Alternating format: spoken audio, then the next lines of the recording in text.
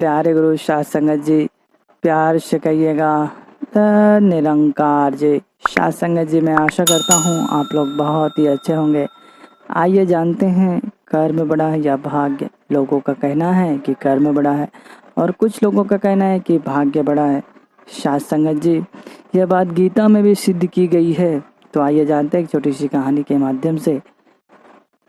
एक बार दो पड़ोसी राज्य के राजा एक ही गुरु के शिष्य थे और उनके जो गुरु थे वह उन्हें हर विद्या सिखाई थी जिससे वह हर युद्ध में सफल हो, और दोनों राजा प्रतापी थे। अब जो अगला युद्ध कल होने वाला था और इसमें इन दोनों राजाओं को अपने गुरुजी के पास जाके इसमें सलाह मशवरा लेना था और युद्ध की रणनीति पे विचार विमर्श करना था। तो जैसे पहले राजा जाते हैं अपने गुरुवर के पास, तो वहाँ पे बोलते हैं कि हे गुरुवर, हमें अगले दिन युद्ध है हमारे पड़ोसी राज्य के साथ में, और हमें ऐसी कोई तरकीब बताइए, ऐसा कोई रणनीति बनाइए जिससे हम यह युद्ध जीत जाएं। तो गुरुवर कहते हैं कि तुम्हारे भाग्य में लिखा है कि तुम यह युद्ध हार जाओगे और तुम्हें इसमें विजय प्राप्त नहीं होगी। अब यह राजा जो पहला था, यह बात सुन के आता है, अपने मंत्रियों को बताता है कि मेरे भाग्य में लिखा है कि जो कल का युद्ध है उसे हम हार जाएंगे।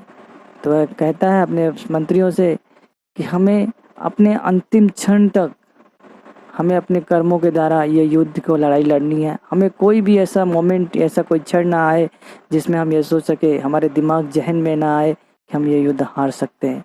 हमें वह हर सफल कार्य करना है जिससे हम यह युद्ध जीत जाएं। तो उनके सारे मंत्रियों इनमें इनका साहस देते हैं। अब जो दूसरा मंत्री है जब अपने गुरुवर के पास पहुंचता है तो कहता है कि हे गुरुवर, हमारा युद्ध होने वाला है अगले दिन, आप ऐसी कोई रणनीति बताइए जिससे हम ये युद्ध जीत सके। तो गुरुवर कहते हैं कि तुम्हारे भाग्य में लिखा है कि तुम ये युद्ध जीत जाओगे, बहुत आसानी से तुम्हारी विजय प्राप्त होगी।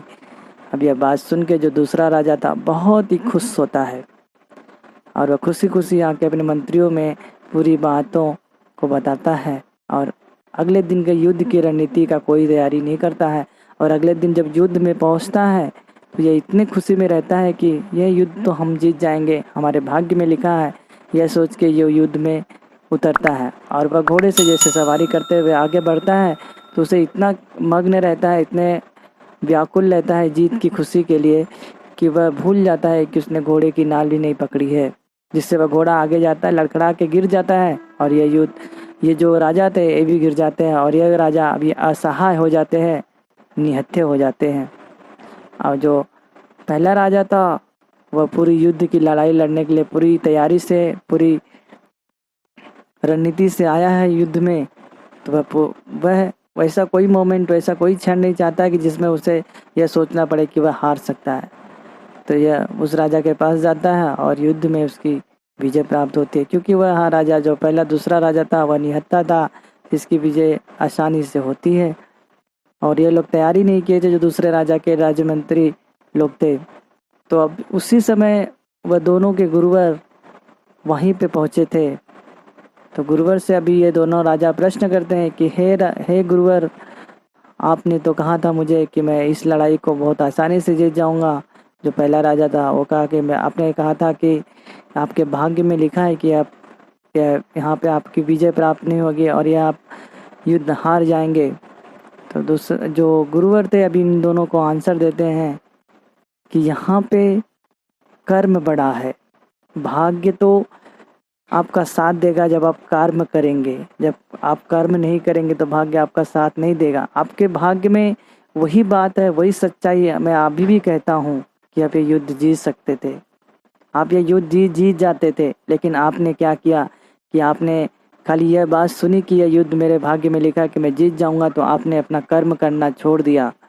आप खाली इसकी जो उत्साहिता वही मनाने में रह गए।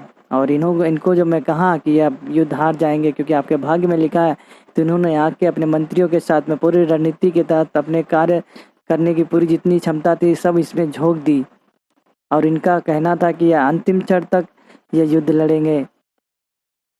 तो इन्होंने वो सारा कर्म किया जिससे इन्हें विजयी प्राप्त हुई, और आपने यह कर्म नहीं किया, तो आप इस युद्ध में पराजित हुए।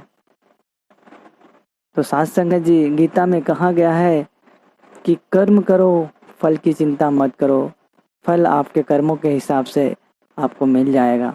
तो साथ संगत जी, कर्म ही करोगे तभी आपका भाग्य साथ देगा, अन्यथा आपका भाग्य साथ नहीं देगा जब आप कर्म नहीं करेंगे।